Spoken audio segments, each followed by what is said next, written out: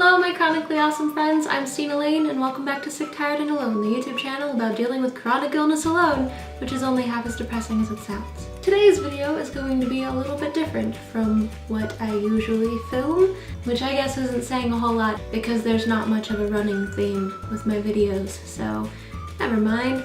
If you did not know, I am a writer. That is the thing that I do, besides these videos and also an Etsy store and other things. Mostly writing. I currently have 3 novels available and 1 book of poetry available, and I have been chronically ill for the entire length of my writing career. My illness is actually why I began taking writing seriously. So today's video is going to be 5 tips for writing with chronic illness. Probably the majority of this is going to have to do with brain fog, and some of these may not apply to everyone because everyone deals with their chronic illnesses a little bit differently, but these are 5 things that make writing with chronic illness a little bit easier for me personally, and maybe they will help you. And there might be more than 5 tips, but I wrote things down this time and I'm gonna go off of that list, and if I think of other things, then I will add them. And I could have just not told you this, but tip number 1 for writing with a chronic illness. One of my biggest problems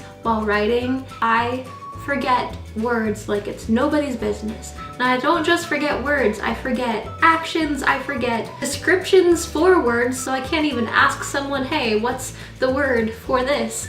Because I just completely blank. Like I know what I'm going for when I'm writing it, and then it's just gone. And I know a lot of people have this problem anyway, but it is a lot harsher for someone dealing with brain fog. So what I do when I run into this roadblock, instead of agonizing over trying to figure out what the word is, which I've done that too, and it doesn't work out very well usually, I will use one specific word for all of the times that I can't figure out a word, and then when I'm done writing, I will go back and use the search tool to find every time I've used that word and see if I can't figure out what word I was trying to use in that situation. And most of the time, given enough time, I can figure out what the word was. Sometimes I can't and I have to change the wording around and just use something else, but most of the time I can. If you're going to be using this method, use a word that you're probably not casually going to be using in your manuscript, and also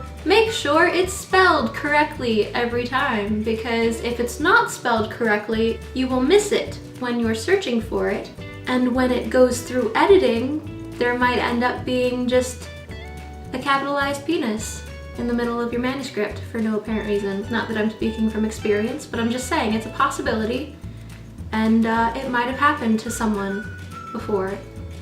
Tip number 2, saying things out loud. Especially recently as my illnesses have progressed and I've developed new illnesses that affect my cognitive abilities, staring at a screen and putting words out through my fingertips, it's gotten more and more difficult for me to concentrate on that. Sometimes handwriting is a lot easier for me these days, but then I also have carpal tunnel and I can't do that very well for very long periods of time. So one thing that has been working out relatively well for me is speaking the words out loud, which never used to work before for me because, as I've told multiple people multiple times, my fingertips and my mouth have vastly different vocabularies. But it does help at least get sort of the bulk of the idea out for me, and then I can add detail and everything when I'm typing it up. One thing that is very important, if you're going to do this, for the sake of all that is good and sparkly,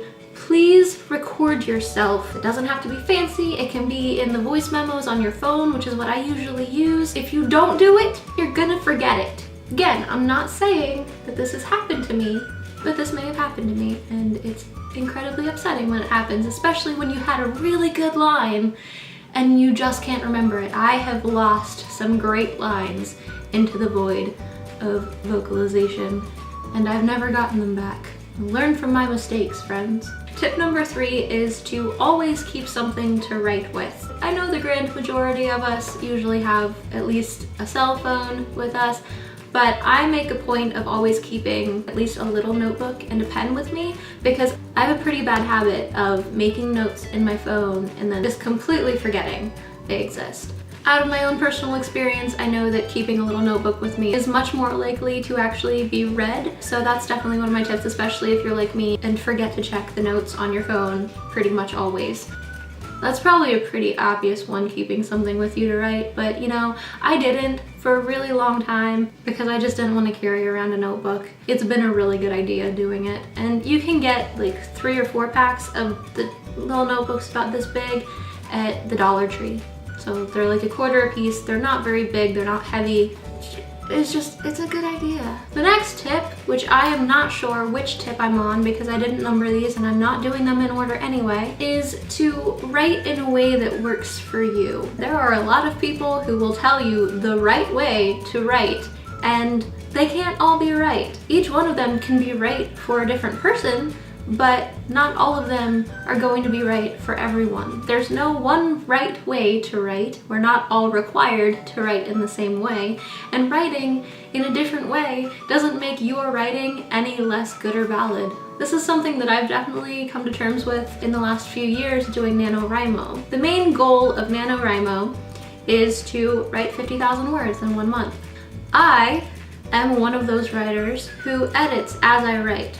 When I'm writing, I want the words that I'm writing to be pretty much the words that are going to be in the book. My manuscripts get edited more carefully after they're finished, but I edit as I go as well, and that is what feels most comfortable for me, and that is what produces the best writing for me, and that is also what keeps me on track personally when I write. And I've done the vomit words out so you can reach the word goal by the end of the month, and I reached the word goal, but most of it ended up getting trashed and I had to completely rewrite it, and it's still not finished. And personally, I would rather take longer to write in the beginning than have to basically rewrite everything later, and that's just what works best for me. If getting a whole bunch of words out really quickly and then going back and rewriting and editing it is what works best for you, do that. But don't let anyone tell you that one way or the other or a different way is wrong, or that you have to do it a specific way for your writing to be good or for you to be a real writer, because that's just not true.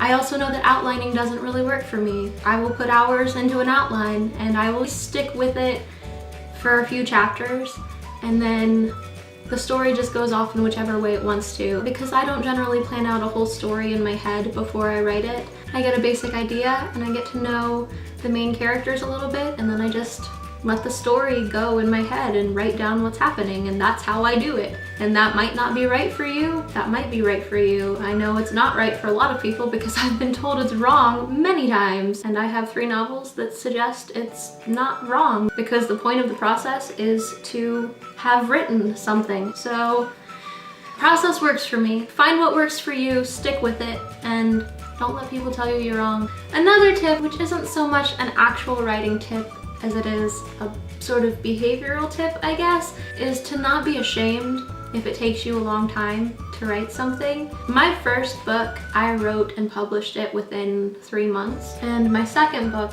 was within about 4 months, and my third book, I had written it within a month. So I kind of got this idea in my head, 1 to 4 months is how long it should take me to write and finish a book, which just isn't true, because ideas are different, word counts are different, times and experiences in your life are different. Things are going to change, and it's okay if it takes you longer to write something. Some authors take years to write one book, and that's okay too. If you're on an actual deadline, that's a little bit of a different story. As far as just writing something for the sake of writing it and finishing it, there doesn't have to be a timeline for that, and people shouldn't make you feel like there needs to be a timeline for that. It goes back to writing in a way that works for you, and for some people it takes more time than others. Neither way is the right way, and neither way is better. Another tip is to find yourself a writing group. I know a lot of us are not social people, largely because we have conditions that prevent us from leaving the house, whether that be a physical condition or something like social anxiety, of which I have both. I joined a local writing group a couple years ago for NaNoWriMo. It's North Central Ohio Writers, and I haven't made it to very many of the meetings because a combination of body stuff and mental stuff, but they've still ended up becoming some of my best friends. And it's also really motivating and inspiring to see other writers doing what you're doing and doing what you want to be doing, seeing your friends succeed. It's just fantastic. And before I joined this writing group, I wasn't friends, at least in real life, with a whole lot of writers, but it's been really great. They're so supportive and understanding, and it's just a really great sort of group to be a part of. And I definitely recommend joining a group like that if you can. There are probably more in your area than you're aware of, and probably a lot of them will understand if you have an anxiety disorder that keeps you from going very often, because chances are some and or most of them also have an anxiety disorder. A bunch of us are just nervous little shits. Even if you join a writing group online, it's really great to have that sort of support network behind you and to be able to socialize and learn from / with other people who are doing what you're doing. It's been really helpful for me, not just in writing, but it's helped me grow emotionally, which sounds cheesy, I know, but it's true, because these are some of the best people I've ever met, and I love them dearly, and I'm just really glad that I get to be a part of them, even if it's not super frequently in real life. My last tip is going to be, don't push yourself too hard to write if your body or your mind isn't up for it on a specific day. One of the most common tips that I see from writers in general is to write every day. I think it's important to write every day that you can write, but we also have different limitations from healthy people, and it can be pretty easy for us to push ourselves too far physically, even doing something like writing, because it is a mental load to take on, and it can cause you physical distress. And I know that when I'm having a bad day health-wise, if I try to push myself to write, the words that come out end up getting scrapped anyway, and then I've pushed myself even harder than I should have on a day that I was already ill for no reason whatsoever. And so then I'm down longer and I don't have any words that I can use. So I guess what I'm saying there is, it's okay if you're too sick to write. If you can get out good words when you're sick, and that's a thing that you want to do, by all means go for it. But don't feel like you have to push yourself on days that you're already ill just because a few writers said that you have to write every day to be a writer. Your writing is still valid, you are still a writer, and just do what works for you. If you are a Spoonie writer and you have more tips to add to this, please feel free to leave them in the comments below. If you would like to support me in making more videos like this and also videos not like this, please feel free to check out my Patreon page. There will be a link in the description. Thank you for watching, and I will see you all next time, my chronically awesome friends. But until then, and always, take care.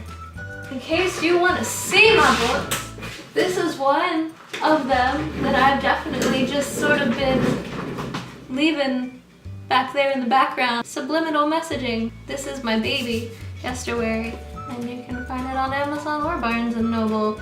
Just saying.